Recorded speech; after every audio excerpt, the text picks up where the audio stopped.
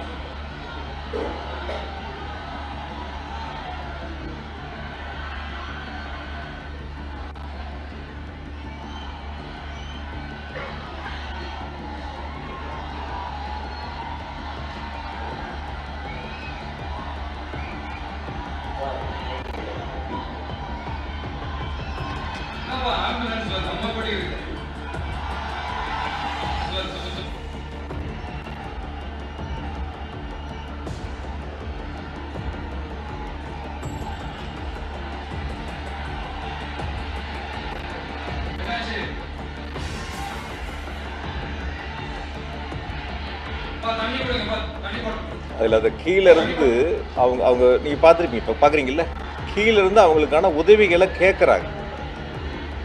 கீழே இருந்து உதவிகளை கேட்குறாங்க.